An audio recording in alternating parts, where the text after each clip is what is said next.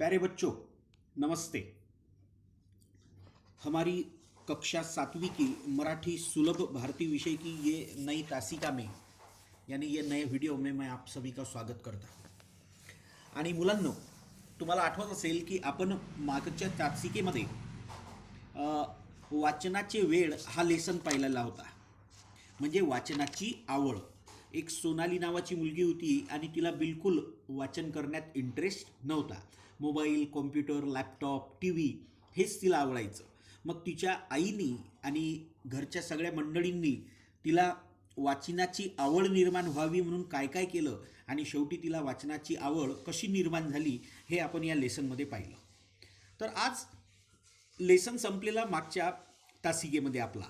तर आज मी page number 33वरून याच लेसनचे प्रश्नोत्तरे तुम्हाला समजून सांगणार आहे. तर विद्यार्थी मित्रांनो, तुम्ही हा व्हिडिओ बघत असताना व्हिडिओ ऑन ठेवायचा आणि सोबत आपली मराठीची नोटबुक घ्यायची आणि व्हिडिओ संपूर्ण एक दोनदा ऐकून झाल्यानंतर तुम्ही प्रश्नांची उत्तरे लिहून काढायची. कुठे काही अडलं तर पुन्हा व्हिडिओ ऑन तुम्हाला करता येईलच. तर बघा आता पेज नंबर 33वर प्रश्न पहिला आहे. खालील प्रश्नांची एक दोन वाक्यात उत्तरे लिहा. मी संपूर्ण प्रश्नांची उत्तरे तुम्हाला समजून देतोच आहे. तुम्ही अगदी मी समजून दिल्याप्रमाणे माझेच शब्द वापरून उत्तरं लिहिली पाहिजे असं नाही. धडा वाचल्यानंतर, धडा समजून घेतल्यानंतर तुम्हाला तुमच्या शब्दात सुद्धा उत्तरं लिहिता यायला पाहिजे. ठीक आहे, तर मी पहिल्या प्रश्नापासून सुरुवात करतो. प्रश्न पहिला आहे, सोनालीने काय करावे असे आईला वाटत होते? तर शाळेच्या पुस्तकांव्यतिरिक्त सोनालीने काहीतरी अवांतर वाचन करावे आणि रोज 2-3, 4-5 पानं तरी इतर पुस्तकांची सोनालीने वाचावी असे आईला वाटत होते. हा झाला पहिला प्रश्न. आता त्यातून दुसरा प्रश्न आहे, सोनालीच्या घरातील सर्वांना तिच्याकडे पाहून नवल का वाटत होते? का बरं सोनालीच्या घरातील सर्व मंडळीला सोनालीकडे बघून नवल वाटत होते? कारण तसंच होतं. सोनाली जी बिलकुल तिला वाचनाची आवड नव्हती, आता तिला वाचनाची आवड तर जडलेली होतीच, परंतु ज्या कथा तिने वाचलेल्या होत्या त्या कथेचा सारांश लिहिण्याकरिता तिने एक पेज घेतलेलं होतं, पेन घेतलेला होता आणि प्रत्येक गोष्टीचा सारांश ती लगबगीने लिहित होती. आणि हे सगळं घरातील मंडळींना दिसलं तेव्हा त्या सर्वांना तिच्याकडे बघून आश्चर्य वाटलं, नवल वाटलं. पुढचा प्रश्न आहे, सोनालीला प्रोत्साहन देण्यासाठी तिच्या बाबांनी काय केले? तर आता आपल्याला धडा समजल्यानंतर हे लक्षात आलं की आता सोनालीला वाचनाची आवड निर्माण झाली होती, आता ती वाचत होती. तर तिला आणखी प्रोत्साहन देण्यासाठी तिच्या बाबांनी तिच्या बर्थडेला म्हणजे वाढदिवसाला तिला एक पुस्तक भेट दिलं. आणि हेच नाही तर तिच्या वर्गातील प्रत्येक मुलामुलीला एक एक पुस्तक भेट दिलं. तर अशा रीतीने सोनालीला प्रोत्साहन देण्यासाठी तिच्या बाबांनी तिला वाढदिवसाला पुस्तकाची भेट दिली. तर मित्रांनो, हा झाला पहिला प्रश्न. आता दुसरा प्रश्न आहे, खालील घटनांमागील कारणे लिहा. तर ये ऐसा क्यों हुआ, इसका कारण क्या है, ये है सेकंड क्वेश्चन. उसमें का पहिला आहे, आईने सोनालीच्या हातात एक गोष्टीचे पुस्तक दिले.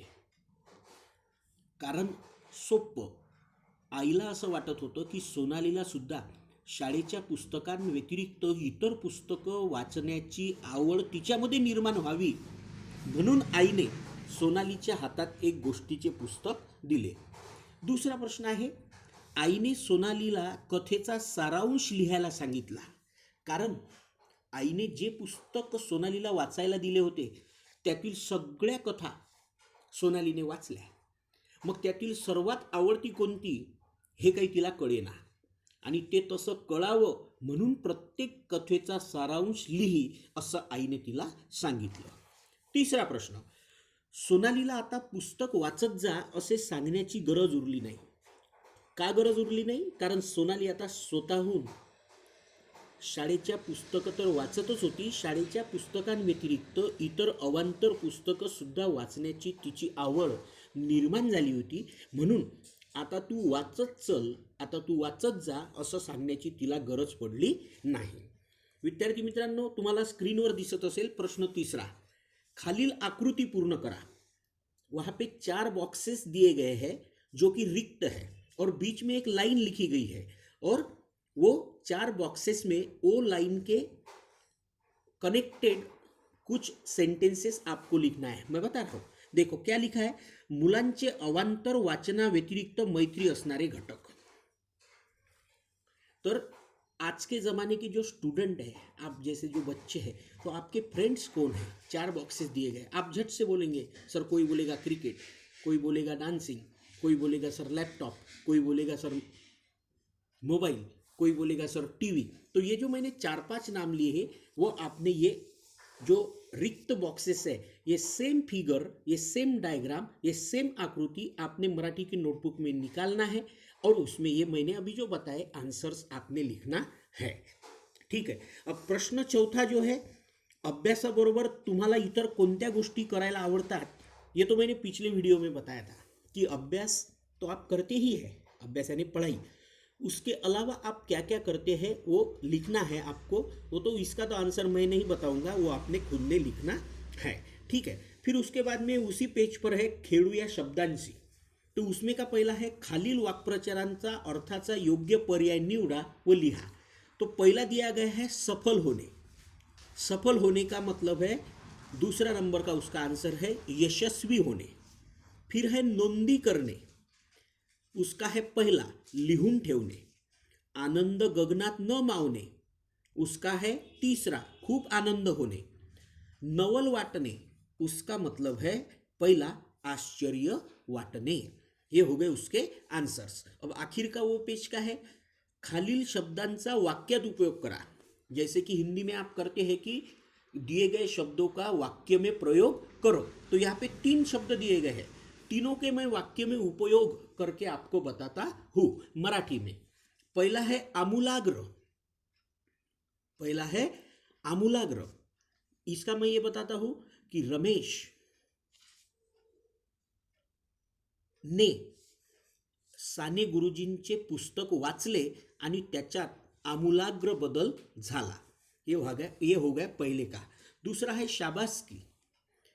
सुरेश ने अपने दोस्त को, मतलब मराठी में बता रहा हूं, सुरेश ने आपल्या मित्राला मदत केली म्हणून बाईने त्याला शाबासकी दिली. और तीसरा है अवांतर. मला आता अवांतर वाचन करण्याची आवड निर्माण झालेली आहे. ठीक है बेटा. अब मैं पेज पलटा रहा हूं. पेज नंबर 34 पर ऊपर एक क्वेश्चन है, वो मैं आपको बता रहा हूं. देखो ऊपर का क्वेश्चन है खालील शब्दांचे समानार्थी शब्द चौकटीतून शोधून लिहा. शब्द दिए गए हैं और बॉक्स में उसके समानार्थी यानी समान अर्थ वाले शब्द दिए गए. वो एक एक करके आपने लिखना है. मैं आंसर बता रहा हूं. पहला है बख्शिश. तो बख्शिश का समानार्थी शब्द है पारितोषिक. दूसरा है यश. उसका है विजय. फिर है गोष्ट, कथा, मदत, सहाय और आवड यानी रस. ये हो गए उसके आंसर. और फिर आखिर का एक शब्द है हात व हस्त. हे एकाच अर्थाचे शब्द आहे. खालील शब्द वाचा आणि त्याचे अर्थ शिक्षकांच्या मदतीने समजून घ्या. मैं बता रहा हूँ ये शब्द केवल पढ़ना है. मैं पढ़ दे रहा हूँ और उसका हर एक का अर्थ भी आपको समझा के देता हूँ. पहला है शब्द हस्तकला. हस्तकला यानी हाथ से की हुई कला, हाथ से निकाली हुई कला. दूसरा है हस्ताक्षर यानी जो अपन लिखते, हैंडराइटिंग जिसको इंग्लिश में बोलते हस्ताक्षर. तीसरा शब्द है हस्तांदोलन यानी जो अपन हाथ मिलाते, दोस्त अरे कैसा है, हाथ मिलाकर शेक हैंड जिसको बोलते, उसको बोलते हस्तांदोलन. फिर है हाथ कंगन. हाथ में जो अपन कंगन पहनते, चूड़ियाँ पहनते, उसको बोलते हाथ कंगन. फिर है हाथ खंडा. हाथ खंडा यानी एखादा काम करने में अपन एक्सपर्ट होना, रहना, उसका बोलते हाथ खंडा. फिर हाथ मोजे. जैसे हम पाँव में शूज पहनते समय सॉक्स पहनते हैं, वैसे ही जो हाथ में पहनते हैं उसको बोलते हैं हाथ मोजे. और फिर आखिर का शब्द है हस्तक्षेप. हस्तक्षेप यानी किसी के काम में दखल देना. तो ये सभी इसके अर्थ है. अब नीचे जो है बेटा वो व्याकरण का पार्ट है. वो व्याकरण का पार्ट में 2-3 लेसन के बाद आपको सब एक तरीके से एक लाइन से पढ़ाऊंगा. तो ये हो गए बेटा वाचनाचे वेळ, ये लेसन के स्वाध्याय और क्वेश्चन आंसर्स. ये सभी आपने अच्छी तरीके से समझ लेना है. और जब भी आप लिखेंगे मराठी के नोटबुक में तो वीडियो 2 बार सुन के आपने आंसर्स लिखना है. ठीक है. तो अभी मैं यहाँ पे रुकता हूँ. गूगल मीट में मुलाकात करेंगे.